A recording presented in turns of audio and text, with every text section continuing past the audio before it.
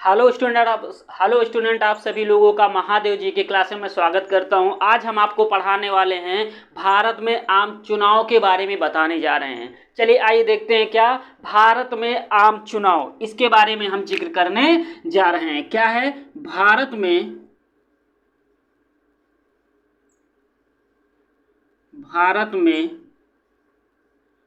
आम चुनाव।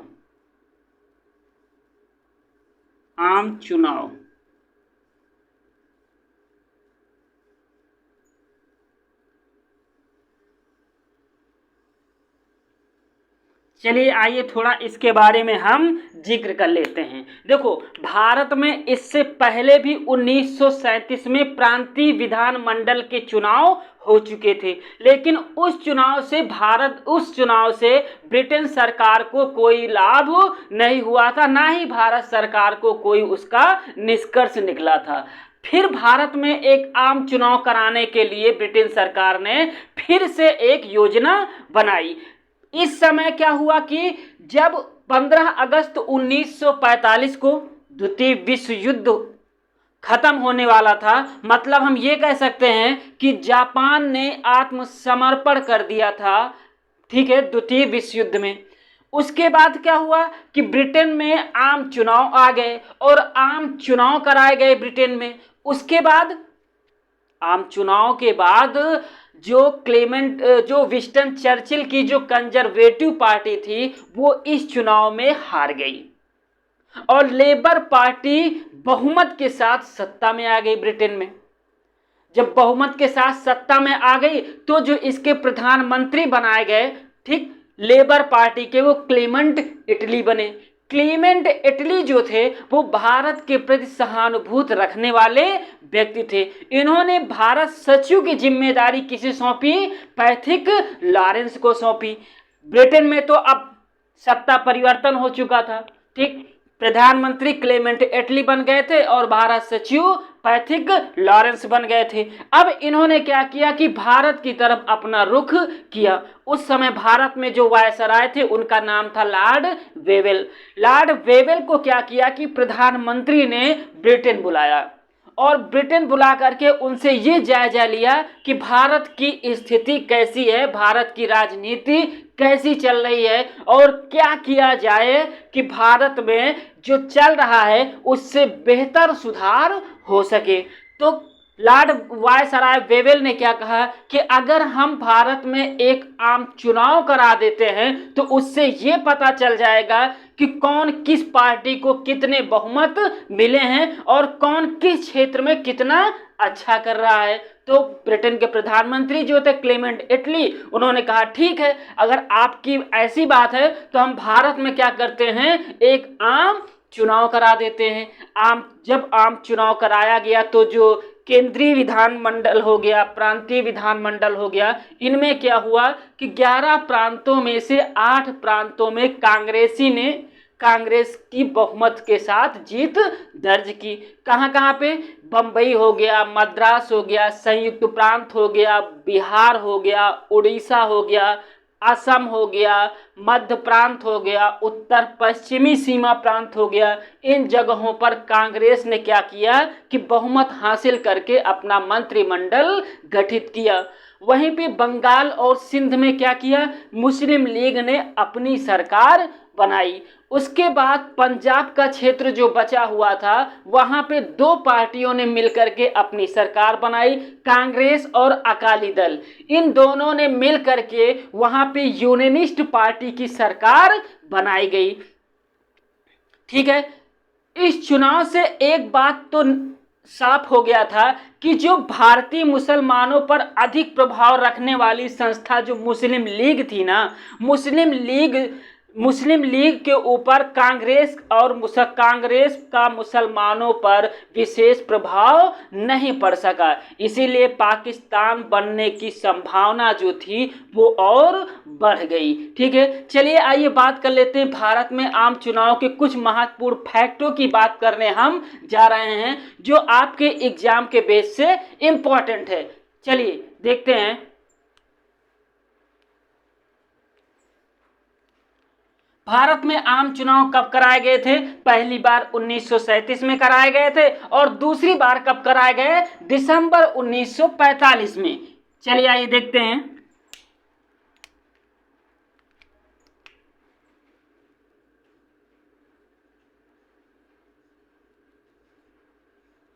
कब? दिसंबर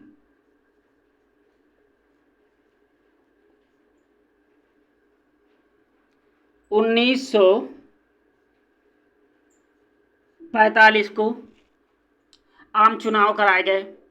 अब हम बात करेंगे, दूसरा क्वेश्चन क्या पूछा जा सकता है कि जिस समय भारत में आम चुनाव कराए गए थे उस समय भारत का वायसराय कौन था? तो हम वायसराय की बात कर लेंगे। ठीक है,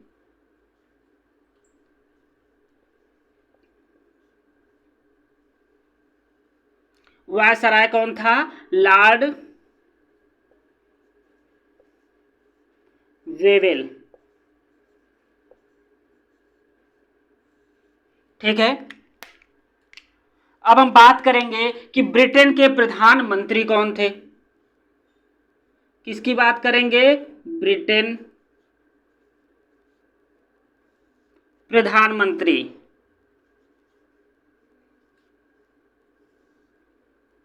प्रधानमंत्री की बात करेंगे। ब्रिटेन के प्रधानमंत्री कौन थे? क्लेमेंट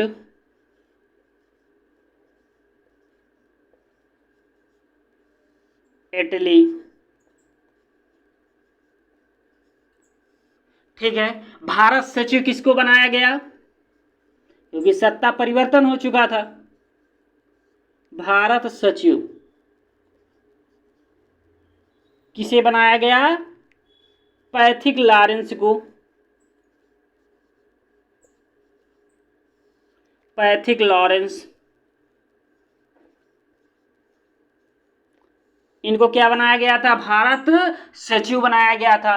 अब हम बात करेंगे कि इस समय प्रांतीय विधानसभा में कुल कितनी सीटें थी, यहीं पे जिक्र कर लेते हैं। ठीक है, प्रांतीय विधानसभा में प्रांतीय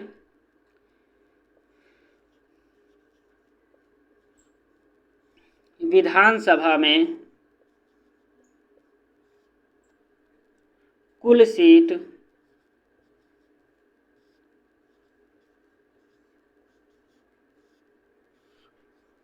प्रांतीय विधानसभा में कुल सीटें कितनी थी? 1585 सीटें थी। कितनी थी? 1585। 1585 सीटें थी। ठीक, इन सीटों में आइए बात करते हैं, कांग्रेस को कितनी सीटें मिली?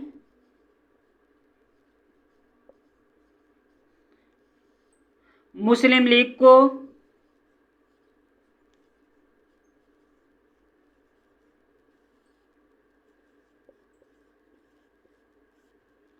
कांग्रेस को टोटल जो सीटें मिली थी वो 923 सीटें थी। कितनी थी? 923। ठीक, यहीं पे जो मुस्लिम लीग की जो सीटें मिली थी ये कितनी थी? ये मुस्लिम लीग की सीटें 425 सीटों किसको मिली थी? मुस्लिम लीग को 425 सीटें। चल ठीक है, अब हम बात करेंगे केंद्रीय विधानमंडल की। बात कर लेते हैं यहीं पे, किसकी? केंद्रीय विधानमंडल की बात करेंगे। चलिए आइए देख लेते हैं इसे भी।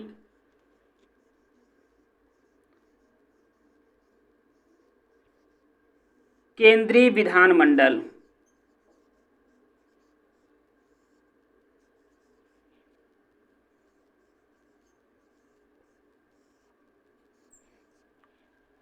कुल सीट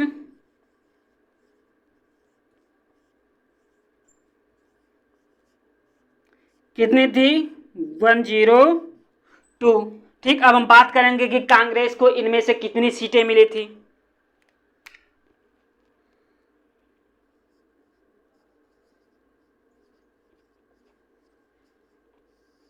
कांग्रेस को कितनी सीटें मिली थी? 59 सीटें केंद्रीय विधानमंडल में किसको मिली थी? कांग्रेस को मिली थी। मुस्लिम लीग को कितनी मिली थी? इसकी बात कर लेते हैं। मुस्लिम लीग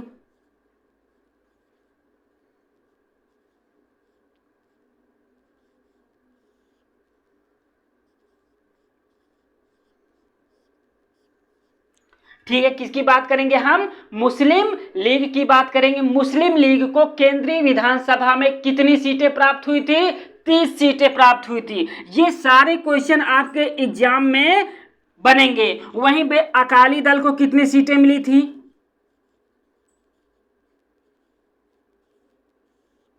अकाली दल को 2 सीटें मिली थी और यूरोपियन को कितनी सीटें मिली थी? 20 सीटें मिली थी।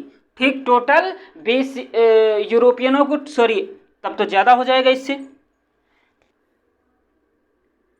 8 सीटें मिली थी टोटल। कितनी सीटें मिली थी? 8 सीटें मिली थी। अब हम बात करेंगे कि कहां पे 11 प्रांतों में से 8 प्रांत में कांग्रेस ने अपनी सरकार बहुमत के साथ बनाई थी। उन क्षेत्रों को हम लिख लेते हैं। कभी कभी इसमें यह भी पूछ लिया जाता है कि किन क्षेत्रों पर कांग्रेस ने अपनी जीत दर्ज नहीं की थी। इसके बारे में हम थोड़ा सा जिक्र कर लेते हैं। ठीक है, 11 प्रांतों में से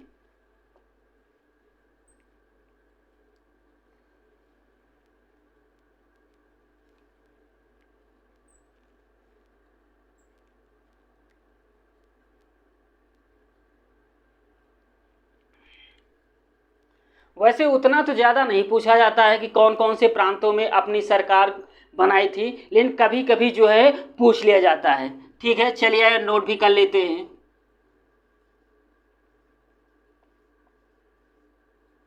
कांग्रेस ने 11 प्रांतों में से 8 प्रांतों में सरकार बनी। मंत्रिमंडल गठित की।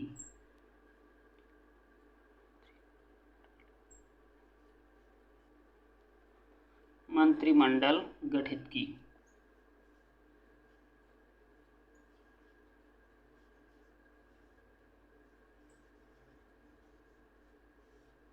गठित किया। चलिए आइए बात करते हुए कौन कौन से क्षेत्र थे जहां पे कांग्रेस ने अपने मंत्रिमंडल गठित किया था। क्या था? बंबई,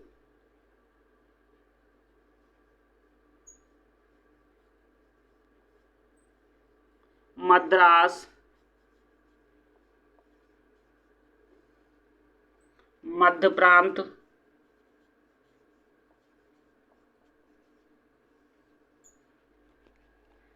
संयुक्त प्रांत,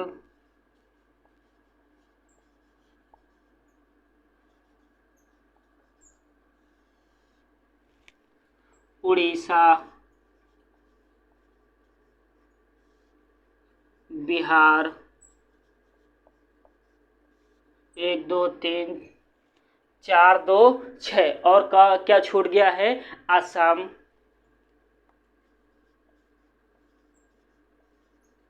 और पूर्वोत्तर के क्षेत्र में भी कांग्रेस ने अपनी सरकार बनाई थी।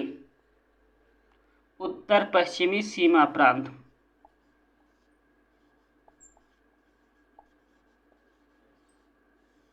पश्चिमी सीमा प्रांत,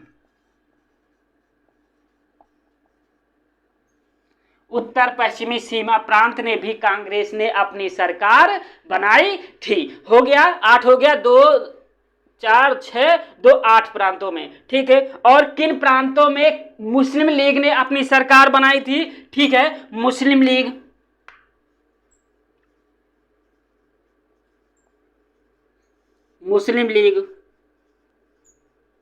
कितने प्रांतों में बनाई थी? एक बंगाल और सिंध, इन 2 जगह किसने अपनी सरकार बनाई? मुस्लिम लीग ने बनाई थी। ठीक है, आइए बात कर लेते हैं पंजाब में किसने सरकार बनाई थी अपनी। पंजाब की बात करते हैं।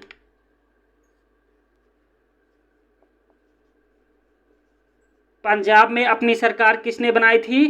कांग्रेस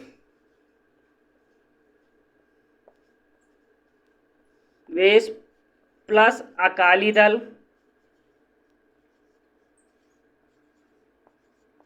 अकाली दल बराबर यूनियनिस्ट पार्टी।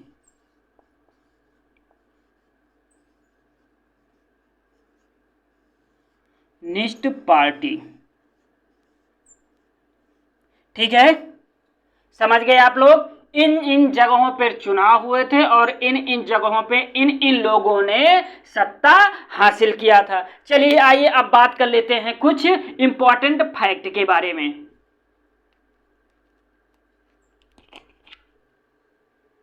चलिए, एक निष्कर्ष निकल करके आपके फैक्ट में ये आता है कि इस चुनाव से ये तो पता ही चल गया था कि कांग्रेस ने मुस्लिम लीग पर ज्यादा प्रभाव नहीं डाल पाई थी, मुस्लिम क्षेत्रों पर ज्यादा प्रभाव कांग्रेस नहीं डाल पाई थी। चलिए आइए इस चुनाव में, इस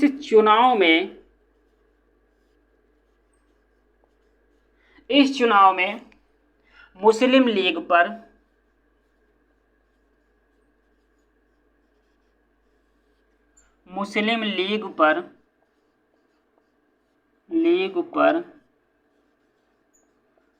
कांग्रेस ने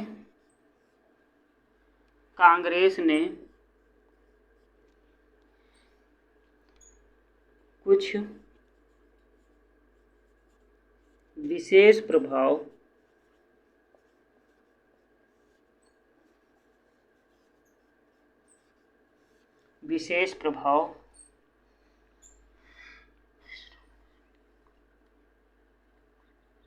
नहीं डाल पाई, नहीं छोड़ पाई।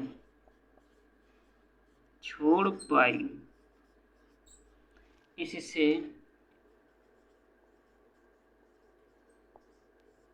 पाकिस्तान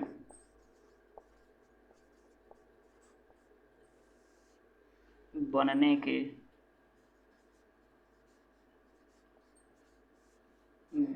के कुछ ज्यादा संभावना हो गई।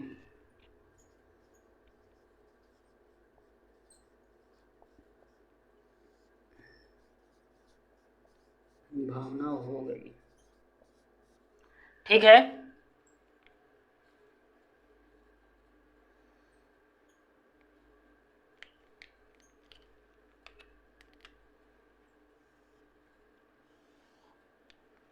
चलिए आइए थोड़ा एक बार आपके एग्जाम में क्वेश्चन कैसे बनेंगे इन पॉइंटों पे हम चर्चा कर लेते हैं।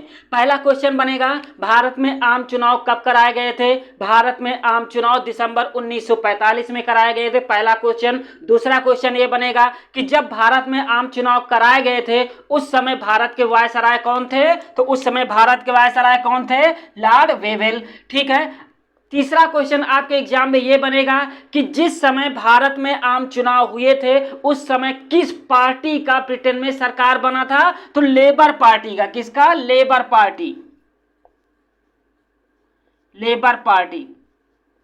इसके पहले कौन सी पार्टी थी? विंस्टन चर्चिल वाली कंजर्वेटिव पार्टी थी, ये चीज याद रखिएगा।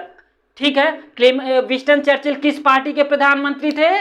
वो कंजर्वेटिव पार्टी के थे, और जो क्लेमेंट एटली बने वो लेबर पार्टी के प्रधानमंत्री थे। भारत सचिव, जिस समय आम चुनाव कराया गया था उस समय भारत सचिव कौन था? तो भारत सचिव पैथिक लॉरेंस को बनाया गया था। ठीक, टोटल प्रांतीय विधानसभा में कुल कितनी सीटें थी? 1585 सीटें थी, जिसमें से कांग्रेस ने कितनी सीटें दर्ज की? 923 सीटें, और मुस्लिम लीग ने 423 सीटें। ठीक है,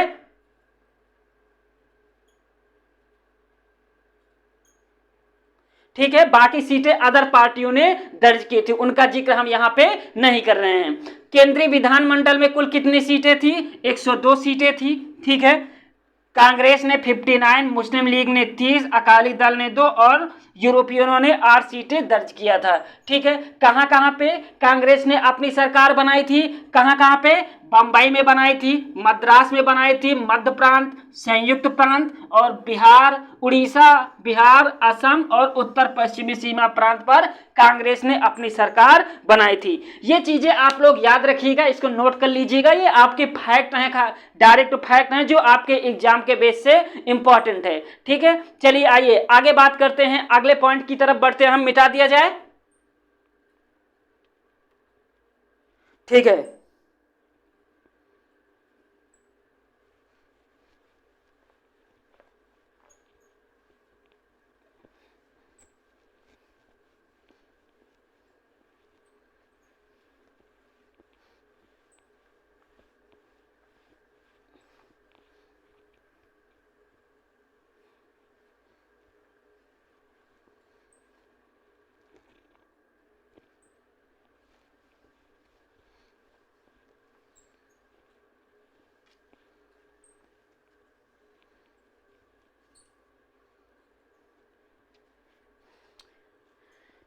चलिए बात करते हैं अगले घटना की। इसी समय एक घटना घटती है जिसको शाही नौसेना का विद्रोह कहा जाता है। चलिए आइए इस पे बात कर लेते हैं।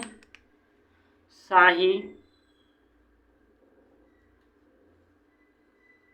नौसेना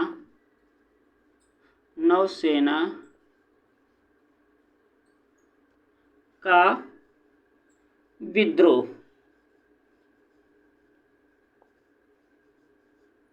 शाही नौसेना का विद्रोह, इसके बारे में हम थोड़ा सा जिक्र करने जा रहे हैं। देखो, जो शाही नौसेना का विद्रोह जो हुआ था वो हुआ था कब? 18 फरवरी से लेकर के 23 फरवरी। कब? सन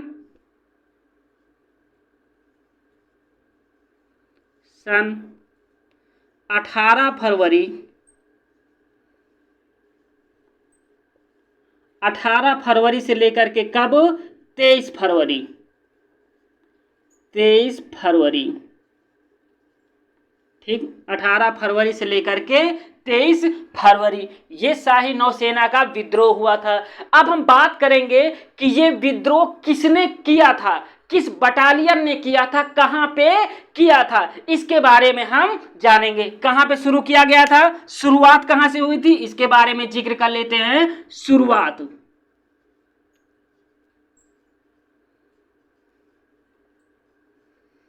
कहां के नौसैनिकों ने शुरुआत किया था? बंबई के नौसैनिकों ने इसकी शुरुआत की थी। कहां पे?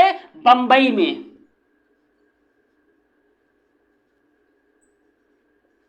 बंबई में, ठीक। वो बटालियन होता नहीं है, तो किस बटालियन ने किया था? HMIS तलवारों ने, HMIS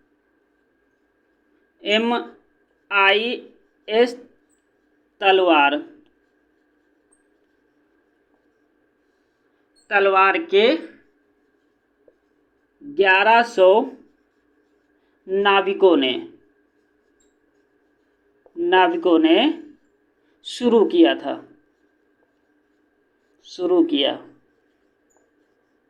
ठीक है। अब हम बात करेंगे कि शाही नौसेना का विद्रोह बंबई के HMIS तलवार के सैनिकों ने शुरू किया था। भाई, किस कारण ये विद्रोह शुरू हुआ था, इसके बारे में हम जिक्र करेंगे, ठीक। किसके बारे में? कारण कि इस विद्रोह को शुरू करने का प्रमुख कारण क्या था। देखो, इस शाही नौसेना का विद्रोह जो हुआ था, बंबई में हुआ था, इसको शुरू करने का प्रमुख कारण क्या था? जो हमारे सैनिक थे और जो ब्रिटेन के सैनिक थे, हमारे सैनिकों को खराब भोजन दिया जाता था, ब्रिटेन सैनिकों को स्पेशल भोजन दिया जाता था, गोरे लोगों को, ठीक है। उनको उसी काम के लिए ज्यादा वेतन दिया जाता था और हमारे भारतीय सैनिकों को कम वेतन दिया जाता था। इनके साथ नस्ली अपमान किया जाता था कि आप भारतीय हो, आपको साथ ये किया जा रहा है। जो वहां पे ब्रिटेन के सैनिक थे, ब्रिटेन के रहने वाले थे, उनको साथ अच्छी फैसिलिटियां दी जा रही थी, मतलब उनके साथ भेदभाव नहीं किया जाता था। हम लोगों के साथ आपस में लड़ाने का जिक्र किया जाता था, ठीक है। एक बात और थी यहीं पे, वो बात थी उस समय एक नाविक थे जिनका नाम था बीसी दत्त। बीसी दत्त को ब्रिटेन सरकार ने गिरफ्तार कर लिया था, क्योंकि बीसी दत्त ने जो जहाज होती नहीं है, जो जहाज की जो दीवारें होती हैं, उन पे बीसी दत्त ने यह कहा था कि अंग्रेजों भारत छोड़ो। क्या कहा था? अंग्रेजों भारत छोड़ो, आप लोग भारत को छोड़कर चले जाइए। ये लेख जो है ना जहाज की दीवारों पर बीसी दत्त ने लिखा था, इसीलिए बीसी दत्त को ब्रिटेन सरकार ने क्या किया था? गिरफ्तार कर लिया था। उनको न छोड़ने का एक बड़ा कारण यह था कि उनके न छोड़ने पर हमारे भारतीय नाविकों ने क्या किया था? विद्रोह शुरू कर दिया था। ठीक है, एक तो पॉइंट ये थी। अगला पॉइंट क्या था? इनका ये मानना था कि जो आजाद हिंद फौज के जो सिपाही थे, उन्हें भी ब्रिटेन सरकार पूरे सिपाहियों को रिहा करे। वायसराय कौन थे? लॉर्ड वेवेल थे। लॉर्ड वेवेल ने क्या किया कि उस समय जो एक एडमिरल थे, वायुसेना में एडमिरल बोला जाता है, एडमिरल गाडफ्रे, क्या गाडफ्रे, ठीक, लिख लेते हैं इसको। कारण क्या था? खराब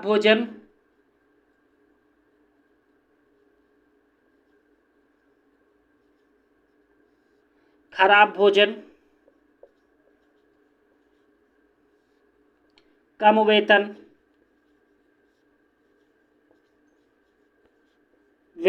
नस्ली भेदभाव,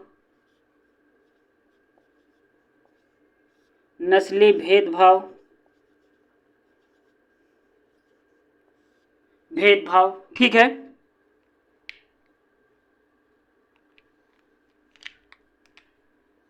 बीसी दत्त को रिहा किया जाए।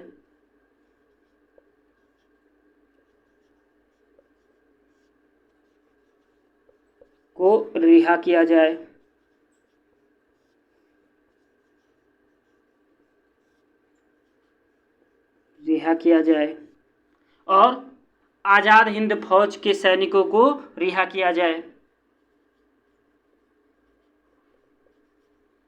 आजाद हिंद फौज के सैनिकों को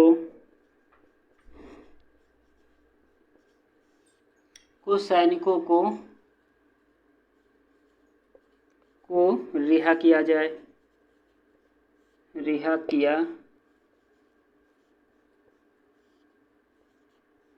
किया जाए।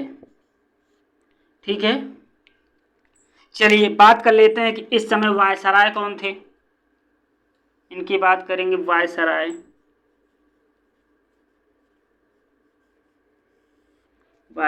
लॉर्ड वेवेल थे। इन विद्रोहों को दमन करने के लिए किसकी नियुक्ति किया गया था? ठीक, चलिए विद्रोह को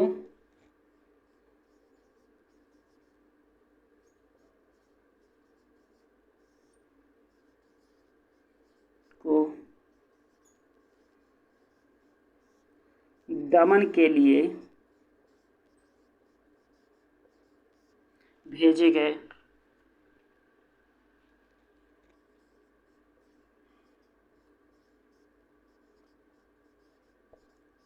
क्या नाम था इनका? एडमिरल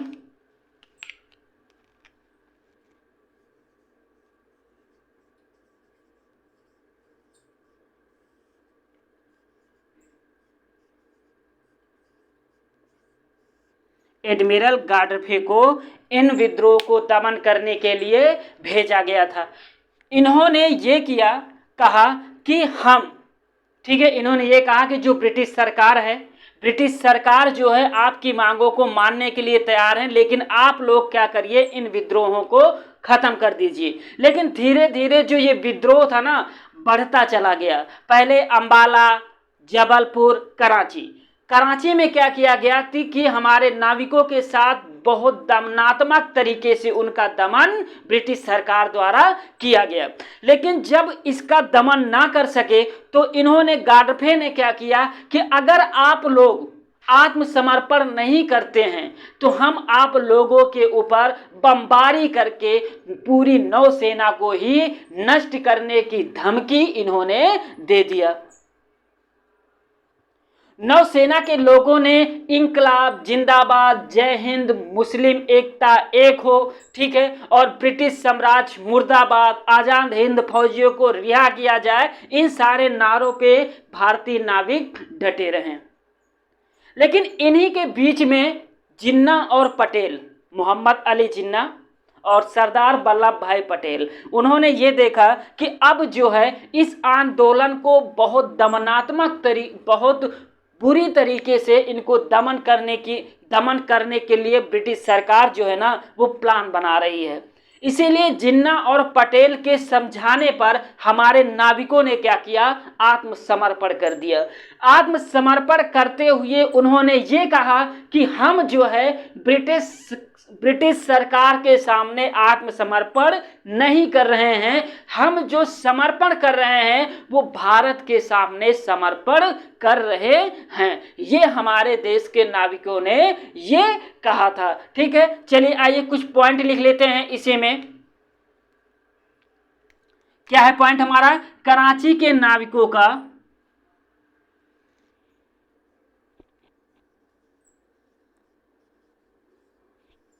कराची के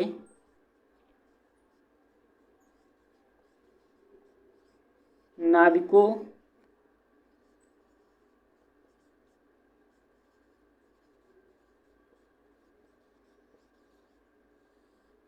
दमनात्मक तरीके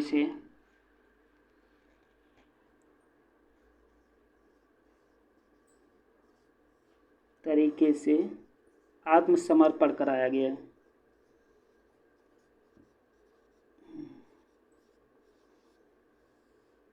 आत्मसमर्पण कराया गया।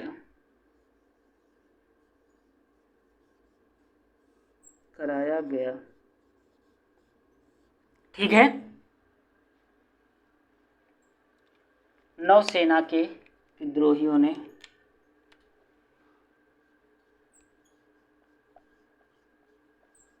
नौसेना के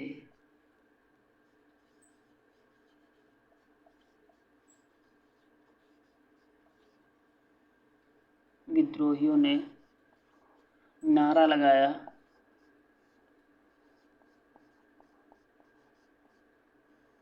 नौसेना के विद्रोहियों ने नारा लगाया कि जय हिंद, इंकलाब जिंदाबाद,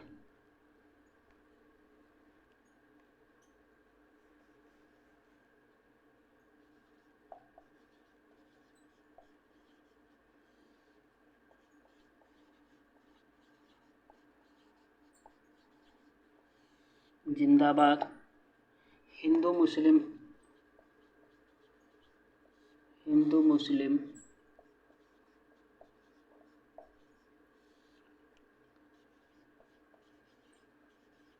एकता जिंदाबाद,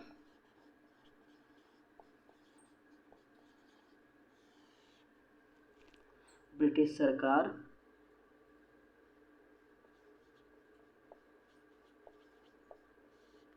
साम्राज्यवाद, ब्रिटिश साम्राज्यवाद मुर्दाबाद, मुर्दाबाद। ये नारे कौन लगाए थे? ये नारे हमारे यहाँ के नौसैनिक, ठीक, नौसेना के सैनिकों ने लगाए थे।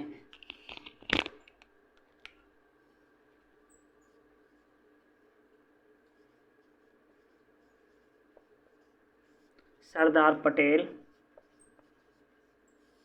और जिन्ना के समझाने पर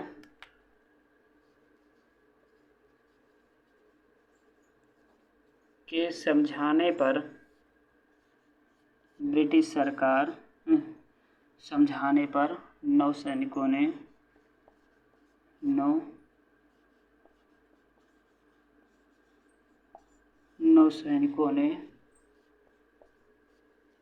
कहा हम ब्रिटिश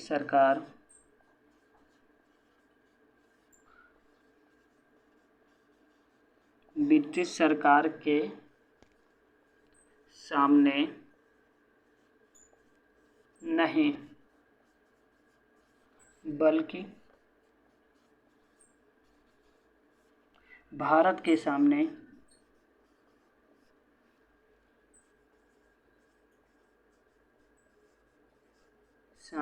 आत्मसमर्पण कर रहे हैं।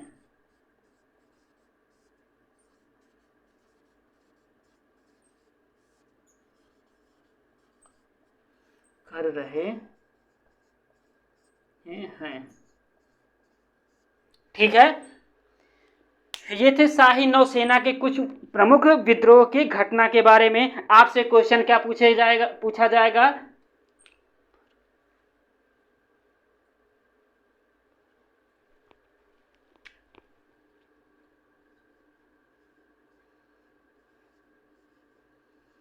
1946 की घटना ये है। ठीक है,